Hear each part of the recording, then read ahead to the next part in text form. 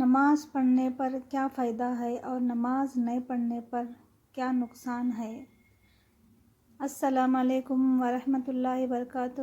کیسے ہے میرے یوٹیوب فیملی؟ الحمدللہ میں بالکل ٹھیک ہوں۔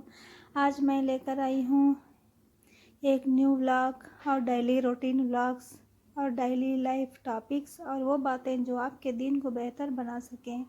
آج کا ہے نماز کے بارے میں، کیونکہ نماز ایسی عبادت ہے، کیونکہ فرض ہے۔ دوسرا فرض ہے ہمارے لیے، پہلا تو ایمان ہے، دوسرا کیا ہے؟ نماز ہے، تیسرا کیا ہے؟ روزہ، چوتھا کیا ہے؟ زکوٰۃ، پانچواں کیا ہے؟ حج۔ یہ 5 ارکان ایک مومن کے لیے فرض ہے۔ تو جب ہمارے نبی پاک محمد صلی اللہ علیہ وسلم معراج پر گئے تھے تو اس وقت اللہ تعالیٰ نے کیا ہے؟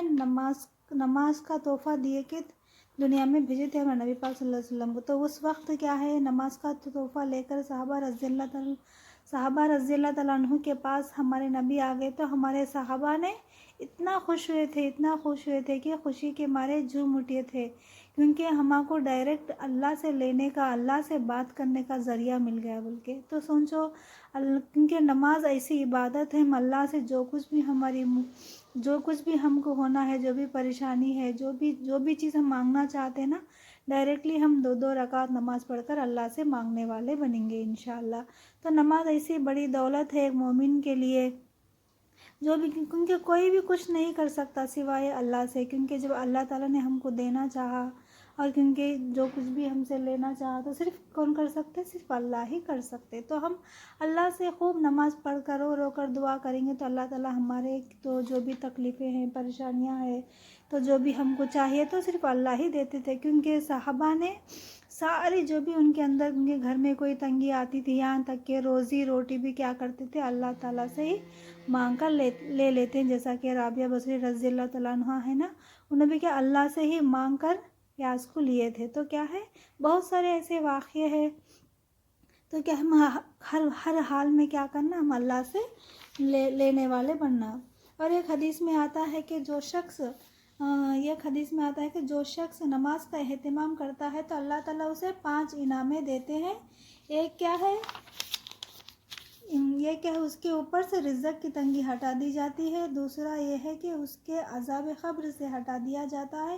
قبر کا عذاب اتنا مشکل راستہ ہے، کیونکہ ہم کو معلوم ہو جاتا ہے کہ قبر کا، بولتے نا، منزلوں میں سے گڑھا جو بھی ہے، قبر کا گڑھا ہے، اس میں پار ہو گئے تو سارے راستے ہمارے آسان ہو جائیں گے۔ جب قبر کا راستہ مشکل ہو گیا تو ہمارے سارے راستے بھی مشکل ہو جاتے، تو اس لیے اللہ تعالیٰ سب سے پہلا راستہ یہ ہمارے لیے صاف کر دے رہا، کیونکہ قبر کے عذاب سے ہٹا دے رہا۔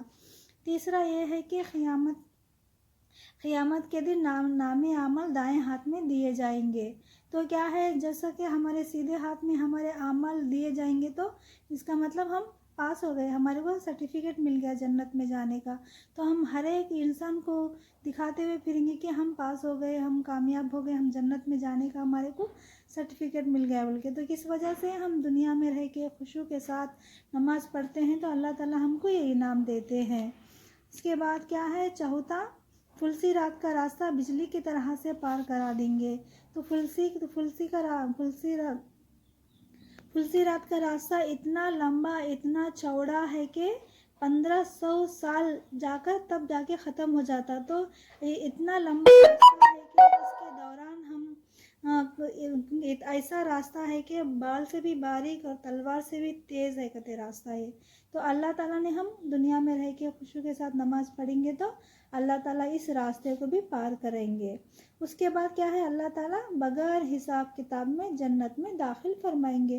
تو اللہ تعالیٰ کی جب حشر کے میدان میں ہم کھڑے رہیں گے تو سالوں گزر جائیں گے کہتے حساب کتاب کرتے کرتے، پوچھتے تو اللہ تعالیٰ جب ہم دنیا میں رہ کے نماز پڑھیں گے تو اللہ تعالیٰ اس حساب کتاب سے بھی محفوظ رہیں گے، تو بغیر حساب کتاب سے جنت میں داخل کر دیں گا۔ اور جو نماز نہیں پڑھتا اور نماز میں سستی کرتا، نماز بیچ میں پڑھتا ہے، بیچ میں چھوڑتا ہے، تو ان کو اللہ تعالیٰ 15 طریقے سے عذاب دیتے ہیں۔ 15 طریقے سے عذاب ان لوگوں کے اوپر ہوتا ہے۔ 5 طریقہ دنیا میں، اور 3 طرح کا موت کے وقت، اور 3 طرح قبر میں۔ اور 3 طرح کے خبر سے نکلنے کے بعد، اور دنیا کے 5 تو یہ ہے، پہلا یہ ہے کہ اس کی زندگی میں برکت نہیں رہتی، کیونکہ وہ محل میں بھی رہتا ہے تو اس کو سکون نہیں رہتا، اس کے پاس جتنا بھی مال و دولت ہے، خاندان قبیلہ ہے، جو کچھ بھی ہے، مگر اس کے زندگی میں سکون نہیں رہتا، پہلا گناہ ہے۔ دوسرا، اس کے چہرے پر سے اللہ تعالیٰ نور ہٹا دیتے۔ تیسرا کیا ہے، اس کے نیک کاموں کا اجر ہٹا دیا جاتا، جیسا کہ جو بھی نیک کام کرتے نا اس کی قبول نہیں ہوتے۔ چوتھا، اس کی دعائیں قبول نہیں ہوتے۔ پانچواں یہ ہے کہ نیک بندوں کی دعا میں اس کی دعا قبول نہیں ہوتی، استحقاق نہیں رہتا۔ یعنی جو بڑے بڑے علماء اکرام ہوتا، ہم بولتے نا دعا میں یاد رکھیے، ہمارے صحت کے لیے دعا کرو، ایسا بولتے رہتے نا، وہ لوگوں کی دعا میں بھی یہ لوگوں کی قبولیت نہیں رہتی، جو نماز میں سستی کرتا، نماز نہیں پڑھتا۔ اس کے بعد کیا ہے، موت کے وقت کے 3 عذاب ہیں۔ اول، ذلت سے مرتا ہے، ذلت رسوائی سے مرتا ہے۔ دوسرا، بھوکا مرتا ہے، جتنا بھی کھانا کھلا اس کو پیٹ نہیں بھرتا، اس کی ہرس نہیں بڑھتی۔ تیسرا کیا ہے، پیاس کی شدت میں موت آ جاتی ہے، پیاس یعنی سمندر بھی لا کے پلا دو نا اس کو، اس کی پیاس نہیں بجھتی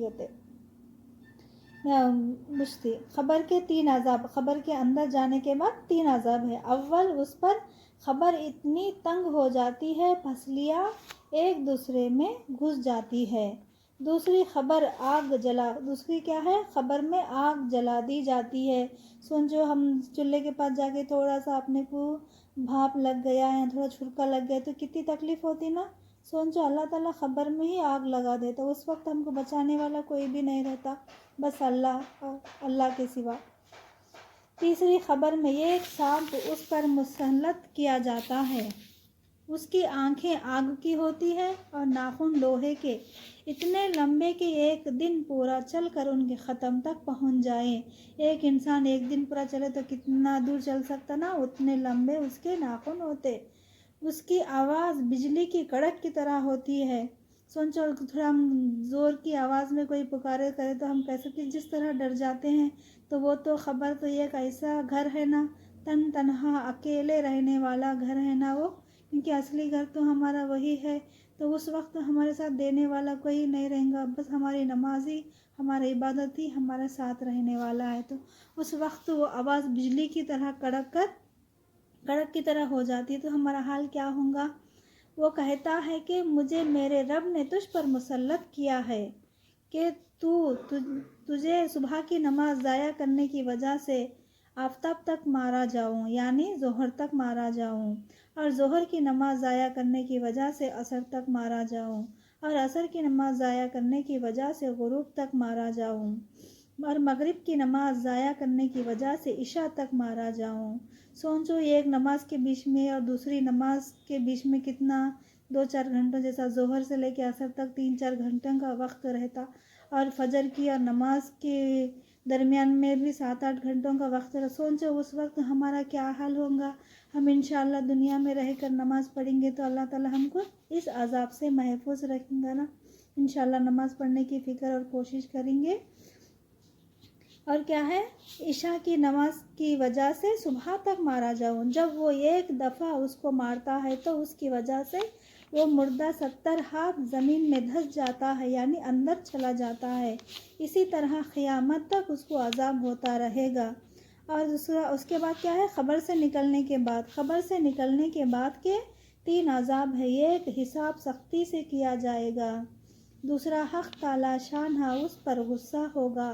تیسرا، جہنم میں داخل کر دیا جائے گا۔ سوچ اللہ تعالیٰ ہم سب کی حفاظت فرمائے اور نماز کی توفیق دے ہم سب کو۔ کتنا بڑا عذاب ہے نا، سوچے تو ہی ہم لوگوں کو ڈر لگ رہا کہ خبر ایسا گڑا ہے، نہ ان کے پاس نہ ہمارا بھائی آنے والا ہے، نہ ہمارا بیٹا آنے والا ہے، نہ ہمارے شوہر آنے والے ہیں۔